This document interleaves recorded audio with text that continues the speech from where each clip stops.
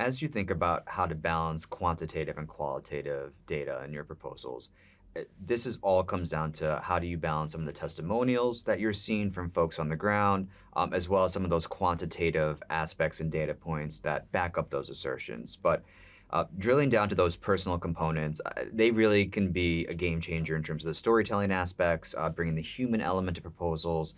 And Asia and I will be talking to about times in our careers where we've leveraged some of those personal stories both to change our own perceptions of what the programs we were writing for were accomplishing, but also to communicate that to funders in a more persuasive way, and thinking about how that changed the approach of us writing those grant applications and the final end product. So, Asia, can you think about a time or two where you leveraged some of those testimonials? Absolutely. Particularly in the city of Newark, I was working with a couple organizations that were really trying to address the issue that we see just still as well as prevalent today in the Ironbound as it relates to air quality and pollution. But interestingly enough, I think it was so important to really have leveraged the qualitative data during that standpoint, just from the notion of making sure that the audience was very aware of what those outcomes and what the implications Mhm. of being in close proximity for the Ironbound community to various pollution that was in the area, and how does that impact food? How does that impact not even just the distribution of food, but more so the growing of it? And hearing those stories from particular people that were frequenting food pantries, particular people that were didn't have as much access to even grow their foods for those that were servicing those communities, it made a difference because the quantitative data in and of itself may have showed a decline in some of the pollution, but it didn't necessarily translate to what that looked like in someone's day to day. And so that's a personal story and example that I can think of a project I was working on with a few nonprofits in the city of Newark as it related to the Ironbound area and the implications of having residential communities and also agriculture near waste disposal and incinerators and whatnot. Yeah, no, that's a great point. And related to that, I had done some work with groups in New York that were, writing some air quality grants, and you see the stats about the higher asthma rates, especially in urban environments.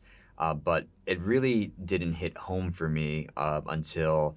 I saw some of these videos in places like Newark and Camden trying to pass some anti-idling ordinances, and people would Mm, just take videos on their phones of, a school bus sitting outside the stop and just the engine on, all of this like discharge coming out. And I think it's when you see that it kind of hits home where like that's why those stats are the way they are. And this is like, you know that it's affecting people's personal health, but then you can actually see just how much exhaust is coming out of these vehicles, and it really hits home. And I think just paints the whole picture. We are absolutely. emotional beings, and I think seeing how it affects other humans really drives that point home. And I would mention too, when I was working at Elijah's Promise here in New Brunswick, we have a social services, outfit. We do a lot of outreach, working with folks who are coming to the community soup kitchen. And 10 years ago or so, we were seeing a lot of the effects of the opioid crisis before it rose to national attention, where people Mm. were increasingly coming in for addiction services, both in terms of getting into rehab facilities or even overdosing, outside the soup kitchen. And we were starting to, ring the alarm bell locally, and it's a really great way to have a finger on the pulse and understand, because we were able to alter our grant writing and say like we need a higher proportion of this funding that we're asking for to go to social services to help with some of these folks that are facing these challenges. And we were able to capture that data internally, capture those testimonials, and really balance what those grant applications look like. Absolutely. And you bring up a great point just in terms of ensuring that nonprofits are maintaining that balance of their own internal data collection.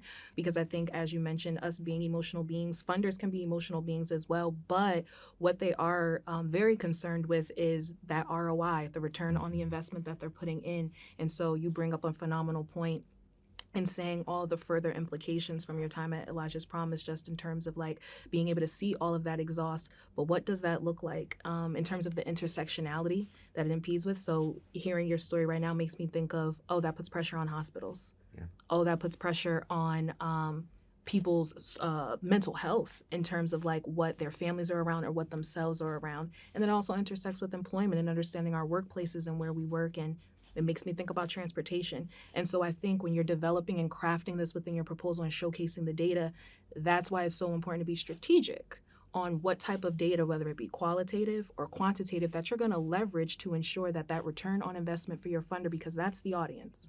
And I think sometimes in working with nonprofits with grant writing and grant management, you can get in the weeds a little bit of just remembering your audience as an advocate for the community that you're serving, but they're actually secondary in the grant writing process because they don't get to be that audience until those funding dollars hit that business bank account. Yep. You know? Yep. So that was an excellent point that I definitely just want some of your adult learners that are engaging with this content throughout this course to really take heed to when you're grant writing, really leveraging all of the different points that we talked about throughout the course.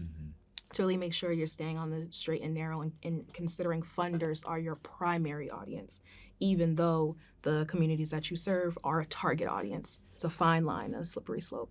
Absolutely. So we ask you to reflect on that, looking forward to the comments in the forum and just thinking about new ways that you all have kind of straddled the line between quantitative and qualitative data, and just maybe giving some tips for one another on how they can incorporate it in their grant applications future forward. Absolutely. And so, again, just understanding the most effective approach for where you are right now with your data collection process as it relates to qualitative and quantitative.